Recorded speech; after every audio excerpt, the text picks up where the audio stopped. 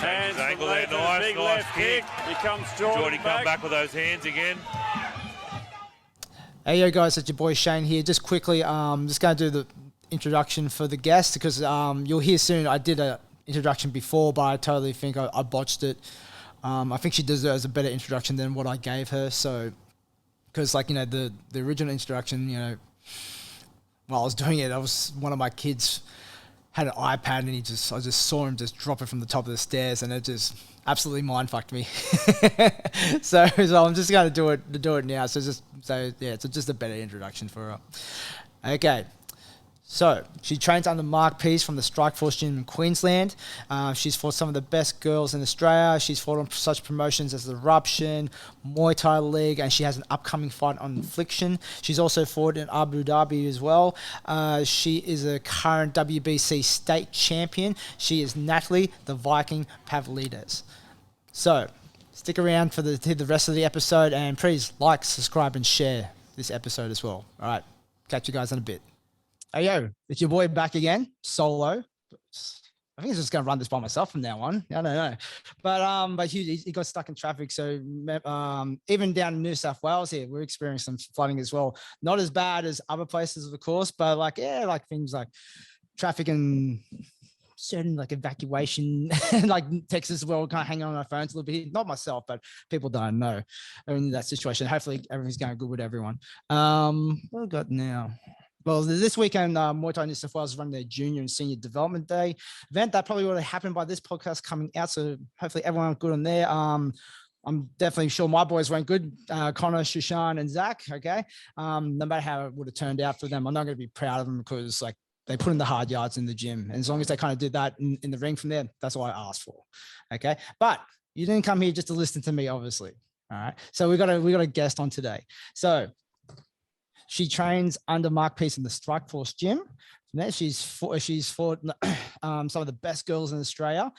She also fought in Abu Dhabi on Hard Knocks Promotions. Former WBC state champ that's had great fights, which we'll talk about soon. And then so from Queensland, we have Nathalie Pavlides, the Viking. How are you? Good, thank you. How are you? I'm going good, thanks. Yeah, I stumbled over my words a little bit because my kid just dropped an iPad to see from the stairs. So I'm not trying not to react to that. That's okay. All right, but other than that, look, Nathalie, thank you for coming on. Really appreciate your time. So anyone that first comes to the podcast, we always just ask about their background information. So let's just go how you got into Muay Thai or even martial arts, depending where you started from there. And and then after that, we'll kind of progress a little bit more into the heavier duty parts of your fight career. Yeah, cool. So I actually have a boxing background. So my dad was a professional fighter. He's actually now a coach now. And my younger brother, is a professional boxer as well. So when I was younger, I grew up in Gothenburg, Sweden. So I'm not actually, I actually haven't lived in Australia for very long. It's been about 6 years now. But when we grew up there, my dad had his own gym. So he was one of the main coaches there. And, ever since I've been young, I've always been at the gym with him, watching him train, watching him, develop and fight. So it's always been in my blood. My mum had 1 or 2 boxing fights. She'll tell you different. But yeah, so she got into it for a little bit too. But my dad was probably the main reason why I got into fighting myself. So I did boxing all the way till I came here to Australia. So about 5 years ago, I was training boxing here and I just couldn't find a gym I wanted to be part of. And having your dad as your coach, I love my dad. He's the best man I know. But as a coach, it was hard and we were clashing and, we were just hating each other for a bit. So it got to a point where I'm like, oh, well, I quit for a bit. And then my dad was like, well, you got to do something else. You can't just sit on your ass pretty much. So he brought me down to Mark Pease at Strikeforce, and ever since I just fell in love with Muay Thai. I just love it, breathe it, and and now I look back and I'm like, wow, I wish I started sooner, but I'm very, very lucky with the background I have. Yeah, I think it's always like a hearing stories like the family dynamic when they're like the father or the mother's like the coach, and then you got the son and the daughter from there. Sometimes it works out really good, but then other times like you spend so much time with each other as well, and then you might have a Yeah, different opinions on how the trajectory of the training will go from there. That like yeah, probably a little bit too much headbutting, but so, yes. but it led you to to a great gym itself in Mark P's running there. It's Yeah, awesome. exactly, Mm-hmm. exactly. Like my dad's a really, really good boxing trainer. Like I would say, I'm being biased, but he's really out there, and he's trains my younger brother. In a short period of time, my own young brother, he's a professional now, has been doing it. He really developed him, so he knows what he's doing. It's just like that emotional side that as a trainer, you got to sort of leave that behind you. It's got to be mostly business, but when it's your dad, it still has that emotional side to it, and sometimes it does give you a negative impact on your fighting. Definitely, definitely. So when you went from boxing to Muay Thai itself, did you find it like a hard transition, or did you just go, look, clean slate? I'm going to learn it from the start, like I've known. Oh no, it was definitely not. I don't care what anyone says, but when you come from boxing to Muay Thai and you've done nothing else but boxing all your life, it was so hard. Like restructuring everything, and I'm so like I just expected to pick it up straight away. Like I've always looked at it, oh my god, it'll be so easy, and like poor Mark having to like go through everything, footwork, punches, kicks. So I like basically learned from scratch, even though I had a fighting background, and even though I had I think I had 10 fights or 11 fights boxing when I came to Muay Thai. Even though I had that fighting experience, it meant nothing when I walked into Muay Thai because it doesn't relate to it. Yeah, you got two punches. Oh, great. Well, you got your punches, but then you got to worry about every other, aspect of fighting, kicks, knees, tips, footwork, elbows, you know what I mean? So I feel like I came into the sport as a newbie, even though I had background. And for me, that was hard. Like I thought I knew everything. I think it was like 18 when I started, and I was like, oh, I know everything pretty much. I've had a boxing background, and yeah, it brushed your ego a little bit having to start from scratch, but it Uh, was worth it.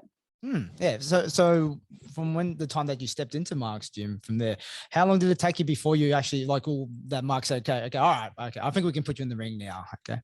Yeah, so it was funny because I was so into it. I was so determined to do it, and like I thrive on that determination. Like I have to be the best, and sometimes that's it's not great. But I was used to like beg him. I was like, I want to spar. Like, let me come into fighters class. Like, I was begging him to spar for so long, and he was like, "No, you're not ready. You're not ready." And then like that was the first step, getting introduced into the fighters class. I think a lot of people forget that. Like, remember that moment you were like, okay, you can come into the fighters class, and like, because you used to see all of like the pro fighters, you're like, oh my god, these people are amazing, and then like that was the first initial step, getting allowed in and like getting to train with like the legit people of the gym. I think I trained for about a year or so before he even considered me having a fight. But that's one of the good things about Mark. He actually really cares about the fighter, and he actually cares about the developer of the fighter. Like it might take 6 months, 1 month for one person. It might take a year, 5 years for another person. But he will never let you step in the ring unless he knows you're ready and he has 100% like he's confident in your ability.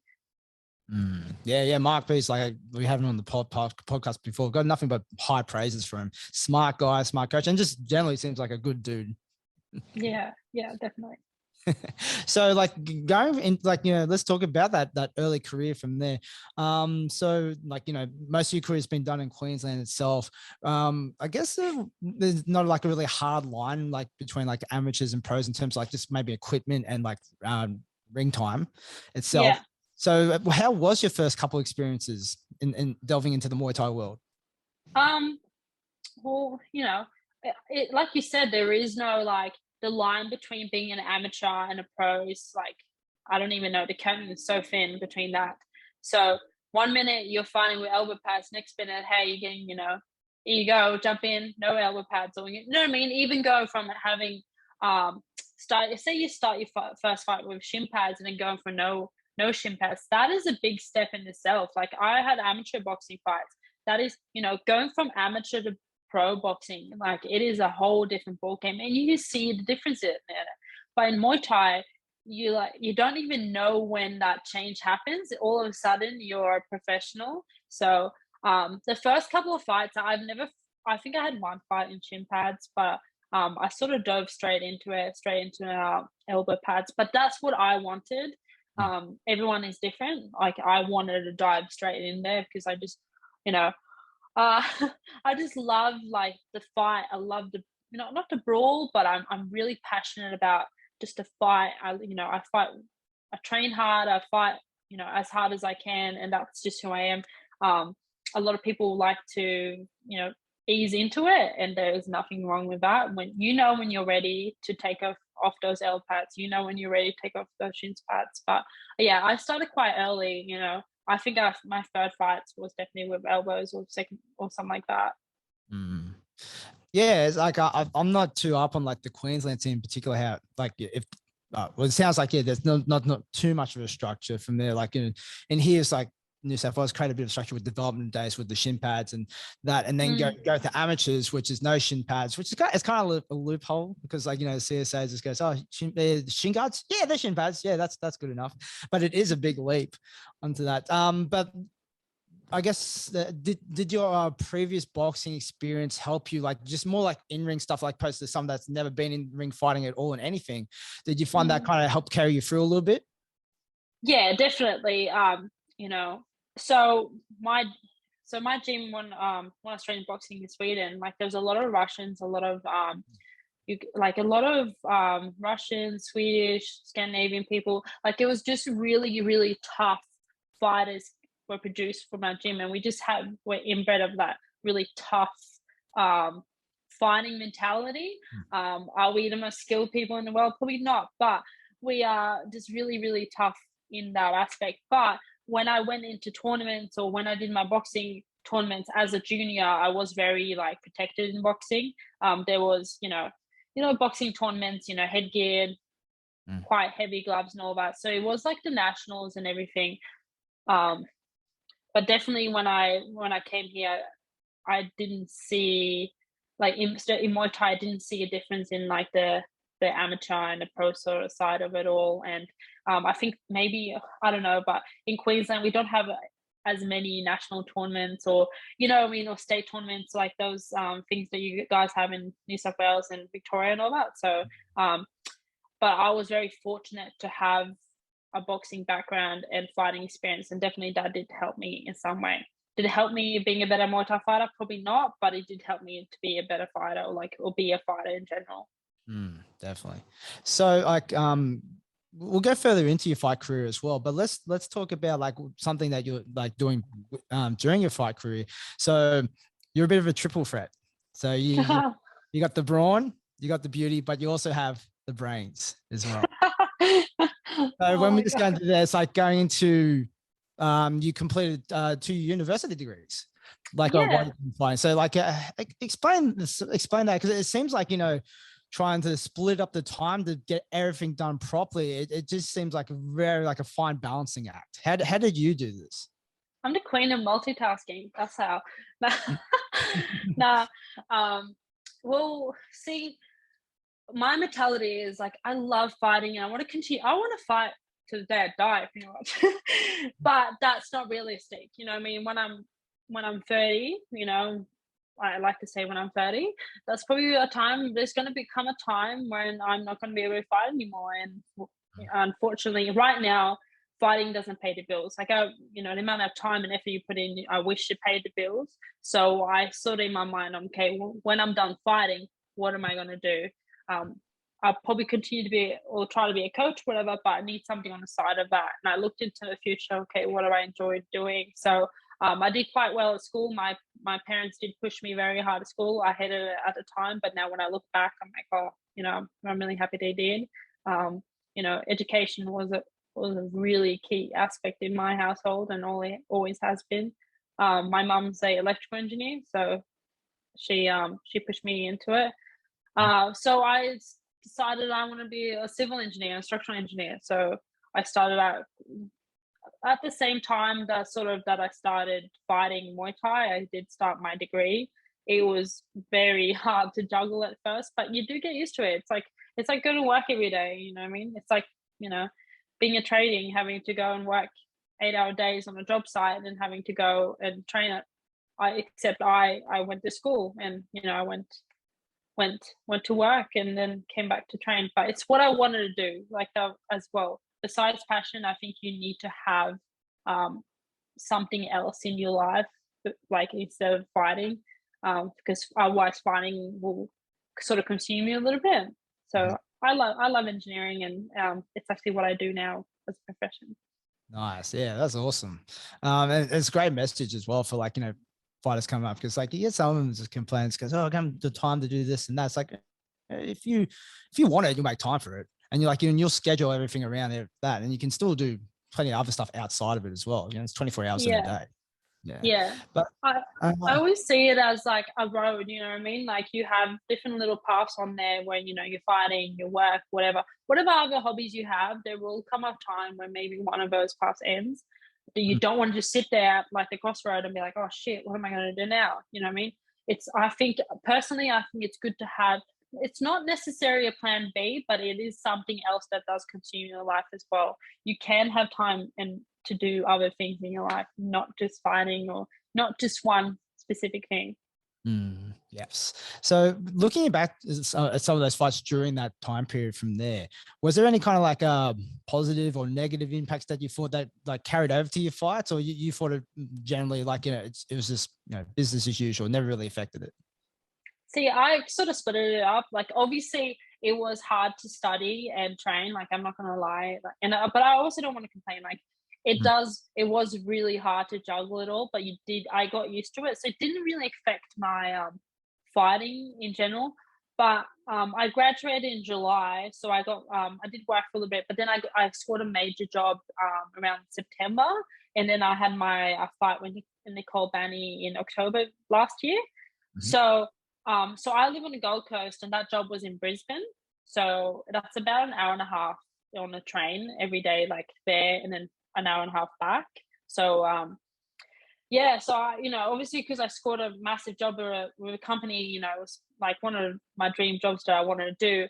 I was at a point for the first time where I'm like, holy shit, like how am I going to go to Brisbane every day, travel 3 hours a day, work 8 hours, come back, and still train? Like, it was actually probably the first time I was like, oh, I've taken on too much here. And especially because it was such an important fight, you know what I mean? The rematch, and, you know, the finally a title on the line. And it was just like all of a sudden, a lot of pressure. And I never really had that before. Like, studying is just studying, you know what I mean? You just go to uni. It's half it's online anyway. But that was the first time I had a taste of like the real world, and like a real situation where I'm like, oh man, how am I going to juggle this? Yeah, it's like, it seems like a pretty long road. Like for myself, I was like, I don't know how to manage that. And I'm not that smart.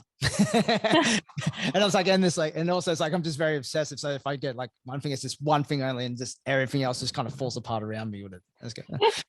But going into that, like something like it was social, like it was still keeping somewhat of a social life still pretty important as well. Do you find do you think like training fighters myself, I find some fighters as well would like do what I did, like same thing, just be obsessive, but like everything else kind of falls apart. And then later down the life they go, oh, I think I could have done that a little bit, you know, better, and, you know, just kind of build relationships better, like overall. How do you feel, or how did you tackle that issue?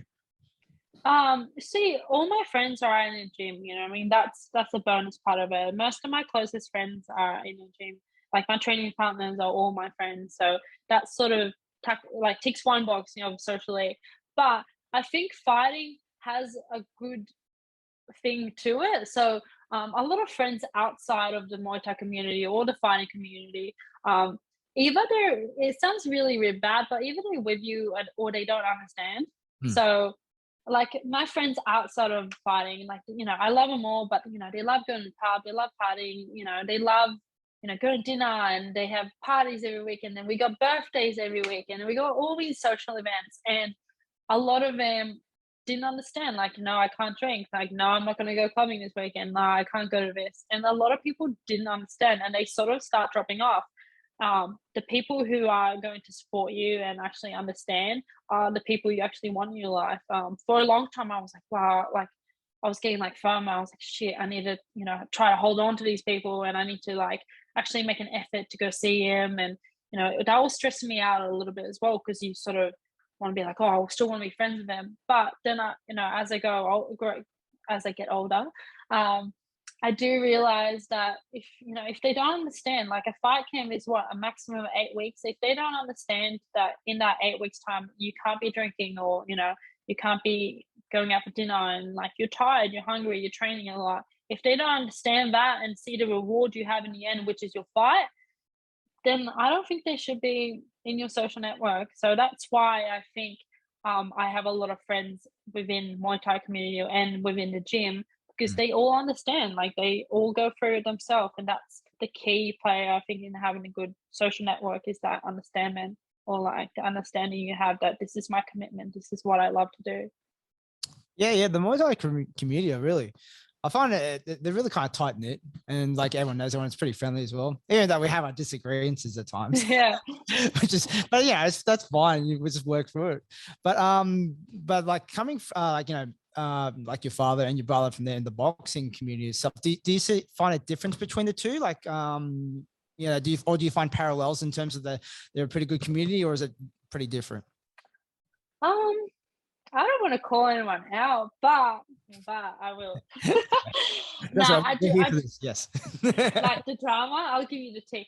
I think the Muay Thai community, everyone is sort of in it together. Like, I mean? Like, no one actually no one makes like massive amounts of money. And no one's in it really for money, and that's a good thing to start off with. I think in the boxing community, there's a lot of shit that goes behind doors. Like, I'm friends with this I'm friends with this promoter, I'm getting this paid. There's a lot of trash talking. There's a lot of like the negative side to it. But I think it is because it's a more, not competitive sport, but is more on the line. There's more money on the line. There's bigger sponsorships. There is like bigger stuff in boxing than there is in Muay Thai. That's, it has the pros and cons. Like Muay Thai, I feel as a sport, especially in Australia, is a sport done by a group of people who actually like to do it, and they all, no one really has any bad blood, and really there's not that much drama. Everyone is just in it because they enjoy to do it, and everyone's just fighting because they want to. Unfortunately, I think in boxing, especially in the pro side, a lot of negative side things do come in play, like being friends with a promoter, getting more money here, getting the biggest sponsorship deal, and sort of throwing each other on the bus, having a lot. Like, one of the biggest thing I see, as well as like, because my dad coaches my brother, is like in boxing they'll have organized sparring. So a lot of gyms, I think in Muay Thai, I don't know if it's the same, but at Strikeforce, every Saturday 9 a.m. we all get together, we all spar. That's like the deal, and I think that's a lot of gyms. In boxing, they'll organize sparring, and like, okay, on this day I'm sparring this person, and we're going to do 8 rounds of it's so organized. But then if it's a few people, they'll all like cut each other off, and one person might only do 6 rounds when the agreement was 8, and like shit. I'm sitting back, I'm like, are you guys fighting over rounds? Like, what is going on? Yeah. Like, so stuff like that does happen. Whereas I think in Muay Thai, it's more of a open community and like a helpful community. It's not just like, it's not such a cutthroat sort of industry. Mm-hmm. Yeah, I guess like it's like you said, like it's like the money is a big part of it. So I guess it makes it they're more like, it is like a business for them. As opposed to like Muay Thai, not making as much money, but like, it was like, because like if you're in Muay Thai, you just love doing it, and just you're just doing it for the love. But looking at boxing itself from there, is there some parallel? There's some stuff that we could take from there, like in terms of promotion wise, and fighters like marketing themselves a bit better. I think like we saw River Daz recently, like he was on the boxing card against Stevie Sparks, and that press conference lit it up. Like River Daz just goes, "You're lucky I can't rip my shin around your throat," and that went pretty viral from there. Do you think Muay Thai can do something like that to kind of get more of a general interest out? Because people that come see it, it's generally just your friends and friends of the fighters that are fighting. Yeah, that's 100%. I think what sport lacks, it's the outside community of Muay Thai. Everyone who's in it is just going to see each other like that. You know what I mean? Unfortunately, like if you agree or not, everyone who's outside of Muay Thai, they don't really care. Like only we care really, and that's just reality. Whereas boxing, like I think one of the major things we can get out of it is like they do put on the big shows. They do put it on. They do the legwork towards fights. You know, they like to make it exciting. Like shout out to Riverdaz the other night. Like he was trying to get his name out there. He's had 3 boxing fights. He went against Stevie Sparks, who's who's a credible opponent. Like I watched that fight and I was like, you know what? I kind of like applauded Riverdaz because I thought it was a good fight. Like yeah, okay, it didn't get the result he wanted, but he got in there. He used that moment to promote himself. Now everyone in boxing sort of knows Riverdale after what he did. So that's definitely one thing I think Muay Thai can do. I think we need to expand outwards a little bit more, trying to build it, trying to get more people from the outside. I'm not sure how it's going to happen, but I think if more people got involved into it, especially key players like the big sponsorships, the big promoters and all that, then it might make a difference. Yeah, I think so as well. Like, I think we're starting to get there a bit more. Yeah, definitely. The priority, people I remember when I first started, doing I didn't really do Muay Thai, I did kickboxing when I first started. That's the era I come from there. But people just go, "What's Muay Thai?" It's like, it's like, what's that thing you're wearing on your head? And it's but nowadays, like you even just go to the younger generation, and you probably have MMA and UFC the thank for it as well. It's like they know Muay Thai, they actually know what it is and what's involved, and I think that's a great step forward because we got to latch onto these things like what UFC are doing and just really ride it and ride the wave a bit. Yeah, Muay Thai is a more exciting sport. Like I've done both. I can say Muay Thai is more exciting to watch, and I think it's more exciting to do than boxing. Like it is brutal, it's hectic. 5 rounds of action. Where sometimes you go for 12-round boxing fights, you're like, oh, when is it going to end? So I think we have something to offer, but we just need to start building towards that direction. I think having promotions like One and all that does help expand it outside of the little community we have, but we have a long way to go, definitely, I think. Cool. So so talking about sponsors before, you're sponsored by Hard Knocks out of the out of United Emirates, and you actually fought in Dubai like pretty early in your career, didn't you? Yeah. So Abu Dhabi, my bad. Abu Dhabi. Yeah. So I got the opportunity. Like I will never forget this. I was like, holy shit. I got to go over. So Hard Knocks operates out of they actually have a gym called Cobra over there. So they own a few gyms there. And it is one of the biggest martial arts gym over there because it's like the only one. But also because they have amazing facilities like Cobra. Like when you walk into that gym, it's like walking into like one of the UFC gyms in America. Like holy shit, it is massive, and they have like all the high-end equipment. So I get sponsored by Hard Knocks, and I got sponsored by Hard Knocks quite early into my career, and he also sponsors the gym and Mark Fees.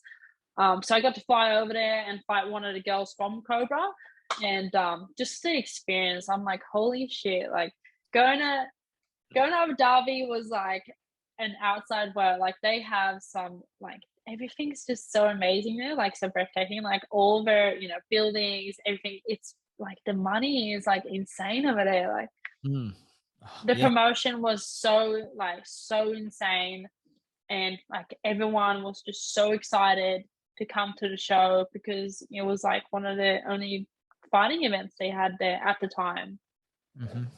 Yeah, like it looks like an amazing place. Like I haven't been there myself. How did you find like the whole like the culture of the place as well? And when you first land, I was a little bit nervous. Like it was my first time ever flying overseas for a fight. That was like I was really nervous for that. I think also it was the first time I was finding it a little bit lighter, and going on a plane, cutting weight, that was like another stress on top of that. And then going over there and like not making an idiot of myself, that was like on my mind as well.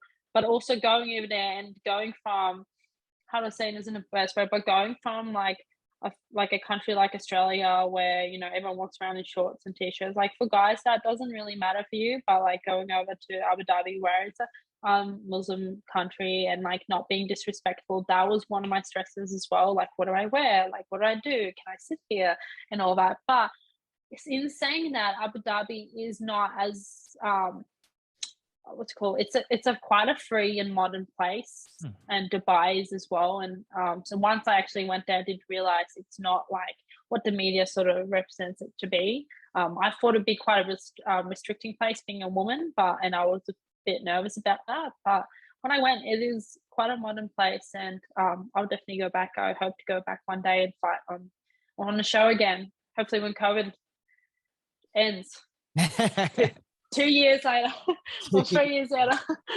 I know, it's ended, hasn't it? We're focusing on World War III now. That's the thing. That's what we're doing now. No, we're still trying to flatten the curve.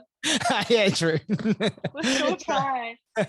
So let's talk about a few more fights. So you've had like, was it 2 fights now? 2 pretty big, good fights with Nicole Bainey from Bloodshed. Yeah. How did those both fights go? So we fought on Eruption initially for I think it was 56 kilo fight on there for like the Eruption belt, whatever it was. And then we fought again in October, which was for the super bantamweight 55.3 kilo Queensland title.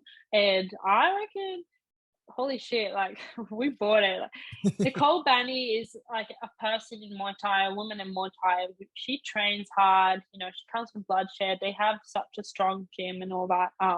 It was a fight I really had to prepare for because I knew just how freaking fit she was. Like, she's probably one of the fittest girls I've ever seen in the sport. And like, that's what I knew straight away, okay, this girl is going to be fit. So I'm going to have to match that just to start off, you know what I mean? Then we can think about what my game plan is going to be. But just to match up first one, my goal in every fight was like, you know what, I'm going to be fitter than her. And then I had to train the house down because I know how hard she trains. And that was, you know, I must say that was my biggest motivator. Like, I've never trained so hard in my whole life, especially for the October fight, because the first one, Eruption, it went to her and I was just really pissed off. I love her, but I was just like, oh, I was just angry. Anyway, the rematch in October was the WBC title line. It was the first like legit title or actual title I've been offered from a sanctioning body. You know, Eruption did offer me one on the previous fight, but that first time I got a taste of an actual sanctioning body title here. I got a taste to actually give revenge, but not revenge, but I want to win. And I know how hard she's going to train. And then on top of that, she announces that she's going to retire after this fight. And I'm like, oh my God, she's going to train so hard. So all of that, I'm like, okay, I'm going to have to train extra hard on top of that. So it was 2 very even fights, I will say. I think we matched each other quite well. And, you know, we brought it to the table. We both, I remember in the last fight, we just looked at each other and we're like, I could tell she did not want to back down and I did not want to back down. Like, I was like, I'd rather die than lose right now. And I knew in her mind, she's like, I'd rather die than lose right now. So, holy shit. I think we threw about like 20 punches in like 2 seconds because we were just like, every round, like it was 5 rounds of just trying to murder each other. Yeah, man, it's like, yeah, they were great fights. And like you said, she's retired now, so her and Nikita Wright's paired up, and they're doing an all-female card next year on the Muay Thai League.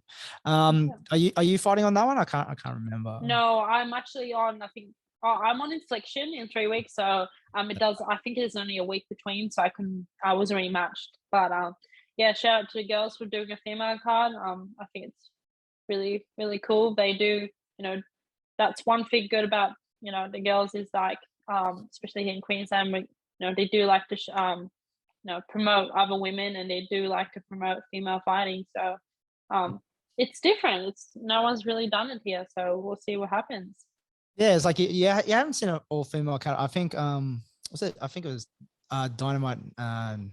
Yeah, they did one in Melbourne. That was so long ago. Like, what happened? COVID happened. Yeah, that's it. Big, huge card though. Like, man, there's so good names on that. But like, yeah, like, but having something like this now, like, it might be a regular thing. Do you reckon it'll attract more women to sport or give more spotlight to women as well in our sport? Yeah, definitely. I think female fighting is definitely on the rise. Like you look back, even 5, 10 years ago, it's gone from, here to here in such a period of time. Like girls are getting really, really good.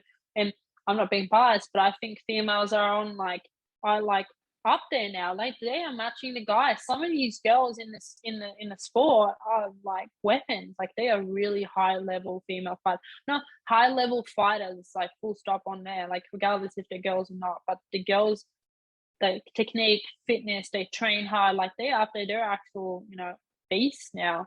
Mm. Whereas like I think 5, 10 years ago, like the skill set wasn't probably up there, but now like we have some really technical girls up there, and I think it's cool to see a lot of females get that opportunity and get to come into the limelight. But I think the problem is not on the fact that no one supports female fighting. I think the problem relies in Muay Thai, that only Muay Thai fighters or people who are into Muay Thai will support Muay Thai. You know what I mean? Talking back to what boxing, like a lot of people, even if you're not really into it, you will probably tune into the boxing. You might have a look at it every now and then. You might even just know about it, but I think in Muay Thai still, we have such a close community. Um, so yeah, I'll see what happens. But definitely, I think female fighting's on the rise, and it's getting better. Like Mhm. girls out there are warriors, and it's exciting to see. Yeah, awesome. So well, let's talk about your fight that's coming up now. So it's on Infliction. Um, Yes. and who's the opponent? Who's the opponent that you're up against? I'm fighting Shannon Tilbrook from South Australia. I think we're quite evenly matched when it comes to record. I'm not sure what her record is, but yeah. So I think this one's a bit heavier than I usually go for fight at. So this one's 57. So I'm happy I don't have cut too much weight. Um, but yeah, it's over 5 rounds, 5 3-minute rounds. So I've only done 5 3 minutes a few times. Like sometimes I don't. A lot of sanctionings they do the 5 2-minute rounds. Mm. So or Eruption does the 3 3s. So yeah, I'm excited. I've trained really hard for this. I actually, prepared nearly like an 8-week camp for this because I was just after the call in October, I just want to fight. I just want to fight. And then Christmas came, and I got fat over Christmas, and then now I'm back.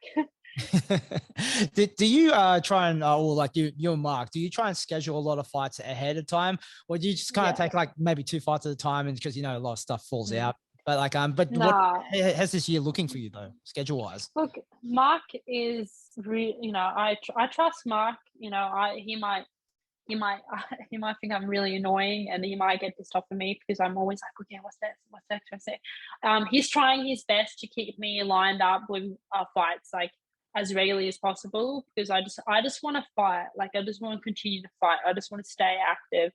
If I could, I'd fight every month. Mm. That's not realistic, but yeah. I do piss him off because every week I'm like, okay, what's next? What's next? Oh, he's like, can you get through this one fight before you talk about the next one?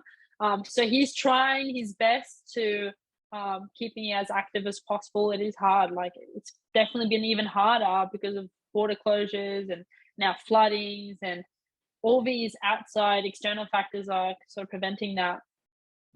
Yeah, it's just like I said, like you try and schedule a bit of stuff, but like it's just a lot in the air. Like if it's not one thing, it's another. But hey, look, it's always good to like if you got a couple in the books from there, it's like it does motivate you, doesn't it? Yeah, definitely. Mhm. So, looking at your division itself, who's on your hit list? Is this things you have to run back? Or is there a queen at the top there that you're looking to dethrone? Um, I enjoy fighting at that 55.3. I think that looks like super bantamweight. I think that's my division now. I do enjoy, I think that's where I perform the best, or I'm the lightest, and then I think I'm the fittest at that weight. There are a lot of some really good girls on there. I just want to fight interstate, if I'm honest. I want to fight the Victoria girls. I want to fight the Sydney girls and the Western Australia girls. Like there are heaps of girls in Australia I would love to fight, but because of COVID, I haven't been able to. Especially in WA, there's like heaps of girls that weight in WA. I would love to fight someone like maybe Joanne La, the Rebellion girls. I think that would be a good test because their skill set is very like technical Thai. even though Mark teaches, technical Thai, and it's all about that, Thai technique. I throw that out of throw it out of my skill set. I'm like, oh, whatever. So I'm not very Thai technical, but I do love to fight. So, whoever is up there and really, really good, I think eventually this is a long time away, and I think I'm being maybe a little bit boasting or whatever. I don't want to seem like I'm calling anyone out, but I would love to fight someone like maybe Yolanda one day, just because I think she's done a lot of good things for Muay Thai, and I look up to someone like her. She's had a lot of fights and she's done a lot of great things. I don't think her 2 recent fights should define the career she's had. So she's a very tough opponent, and hopefully someone I get to meet one day. But to be honest, I don't want to call anyone out, and that's not the point at all. I just want to hopefully get an interstate fight this year and see who's available. That's it. I think you've kind of had to compile a bit of a resume now where being on things like, Roots, Rebellion, even going like Siam to Sydney, we'll go to, Muay Thai Grand Prix. It's definitely not out of the question. And there's plenty of great fights at that weight division, even like a little bit above or a little bit below as well. Yeah, exactly. Mm-hmm. So just asking a few more questions from there. So let's say, let's go into more like general people that might be interested in Muay Thai, like especially like girls. That one. So it's always good to kind of get like a girl's perspective, like in terms of like, Muay Thai at the moment, for a lot of places, it's like a more of a male dominated sport. Like, how would you, what advice would you give to girls that's like, just getting into the sport itself, like navigating in, like, in the gym, that's mostly guys and there's not many girls. Yeah, so I actually do PTs as well. So I do train Muay Thai. I'm a coach at Strikeforce as well. One of the main sort of goals I have with that is I try to teach just girls in general. I don't really take a lot of guys on as a private clients. But one common element, it's hard for me to bring girls down there because I'll have people in the gym at the same time. So I'll have like Jaden in or like kicking pads with someone. Like he has his clients down there and there'll be some like massive guy like kicking the pad or whatever. And then I'm trying to bring this like delicate little, beautiful girl in. She's hot. She's ready to go. And I'm trying to bring her in there and like she's just terrified. But I get the same response every time. Like they're shit scared when they walk in. They complete their Muay Thai, like their session, whatever, and they're like, "Oh my god, that was so much fun! Like I actually really enjoyed that. Like I got such a sweat on, I got a better sweat on going down to a Muay Thai gym than going to the box fair at like your local EMF." So yeah, I think that's the main thing is just overcoming the fear and the anxiety of actually coming to a new gym and getting that first workout in and then going. Most people, I guarantee, will go, "Oh, holy shit, that was so much fun. I want to do it again." If there's a rare case of like, "Nah, I don't want to do that," at least you tried. And I think that's the main thing. It's so corny, but like if you don't try, you're not going to know.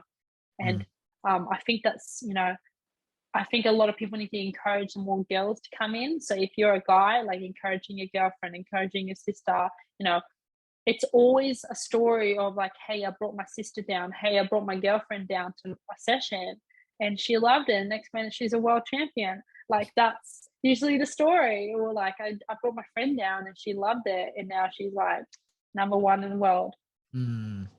Yeah. That's just a common theme that I find as well. Like, girls that do generally like they do their first session, they love it and they just stick around. But like I totally understand coming to the gym. There's like this dude's going, hey, and like oh my god, it's everywhere. It's just like, oh my god. The girls like in the corner like shaking like this, yeah, like full shaking, and I'm like, "Chill, relax." But generally, most of the time, like and then most of the guys there, they're pretty humble guys and they're pretty down to earth people as well. But like when they're in the pads, you just go, "Jesus, what am I doing here?" Like, yeah. And that especially, so if you're a guy listening to this and, you want to make a difference, bring down your girlfriend, bring down your mom, your sister, bring a woman down or a girl down, and that will increase the fighting community for females, I think. In general, like it will just make it more female dominant, because I guarantee they're going to enjoy it. But having that safety net or bringing someone down is going to help them actually enjoy it and get over that anxiety or that fear of starting. Great. Okay, so like might be nearing the end here from that one, but like, look, was there anything in particular that that you want to talk about a little bit more, or like some things that that we could have covered a little bit better? Oh, oh, I don't know. Put you on Nah, the spot. you put me on the spot. Gosh, no, I'm just enjoying it. I'm just loving Muay Thai. I love my gym so much. I think Strikeforce is a gym that does get forgotten a lot. Like, if I'm being honest, Okay. there's a lot of rising gyms at the moment who are taking the limelight. But you got to remember, we're a resilient gym. Strikeforce has been here for over 30 years, produced some of the best fighters in the world, and will continue to do so. I'm excited for my gym, and I'm excited for our team. Because we have some top level people there. Chad, James, Jaden, Brittany, Taylor, all those people fighting out of there. A few other ones are coming up. So no, I'm happy to be there. Like, every day is so much fun. Yeah, awesome. I find that very interesting. They say it's forgotten, because like it's always on my timeline. Like, just seeing like, yeah, you got Jaden, you got James Honey, like, yeah, you got Brittany, yourself, Chad Collins. Like, it's a stellar lineup of guys, guys and girls that you got there. And like the training atmosphere must be insane at times as well. Oh man, having to clinch people in that gym, like, especially like people like Chad and like some of the other, like Clinton Cork and like Jagger Chan, and like some of those guys, like, man, I'm tired. I'm sore. But it does make that'd be pretty interesting to see you and Jaden clinching that. No, that doesn't work out. That's a bad deal. That's a no deal for me. But having those guys and like them all training, like, has made me such a better fighter, and I think has actually fast tracked my career so much, being in that environment. But I do think that Strikeforce, if I can explain it in one word, is a resilient gym. It's been there for 33 years, I think. Has had its up and downs, but has always stuck around, has always produced, stellar fighters, and now I think we're back on the rise again. We might have had a little bit of dip, but I think we're back on the rise again with return of War on the Shore, and like return of some of these great fighters. So yeah, I'm very blessed to be where I am, and I enjoy it. I train twice a day, not because I have to. I can go to work if I want to. Be an actual engineer. Don't listen to this, my work. But but I enjoy being there every day, and I look forward to my next session. Bloody rest day tomorrow, but I can't wait to get there on Monday, and that's the product of having a good gym or being a part of a good team. Yeah, definitely. Like, when I took on the Instagram, we did the poll, like, blah blah blah, 200 episode come up, but like, who you want to hear from that one? So your name came up a bit as well. So, but then also like, yeah, Chad came up a bit, Jaden came up a bit, James Honey. So like, hopefully we'll get most of the team on the record from there sometime soon. I think Mark Pease was going, do you want us all on at once? I go, oh man, that'd be all sorts of chaos. I can see that if you get all those guys on at the same time, it's going to be battle of the egos, and I don't think it will work out great. But I think you should definitely, get those boys on there. Like, I take it for granted because I train with all of them every day, and like, especially like even the girls like Taylor and Brittany, like I take it for granted. I get to train with them every day, but Chad, James, Jaden, and all those people, they have such a unique aspect, or such a unique talent and a unique like skill set to bring to the table. Like James Honey is so technical and such a nice guy at the same time, but he is he's watching him on the pads, I'm like, holy shit, he has such a good skill set. Even Chad, when he trains and when he like hits the pads, like everyone stops because he has that tight technique, and he's incredible. And like Jaden is like trains probably the hardest out of everyone. He's just like he's just angry and relentless. And yeah, and Brittany and Taylor, they are two very skilled girls as well. So yeah, I take it for granted, and I'm very, very lucky to be there. Oh, awesome. Cool. Like, so look, been really appreciative of your time today. It was a great chat. Really enjoyed it. Thank you. So where can people find you on Instagram, wherever you're at? It's like, yeah, have a plug yourself. So you can find me on Instagram. My name is Nathalie the Viking, up in Viking Pavlides. If you type in Viking, I'll probably come up there. I just want to give a little quick shout out to my sponsors. Thank you so much for everything you do. Evolve Nutrition, ASN Sport, Elite Garden, and Hard Knocks Fight Gear. And thank you so much for everything you do. Yeah, awesome. That's right. So just hang on from that one for the end. I'll just do the outro part. So remember, guys, yep, thanks for listening again. Remember to like, subscribe the podcast from there. Share it as well, obviously. All right. And we'll catch you next week. Okay. All right. Peace.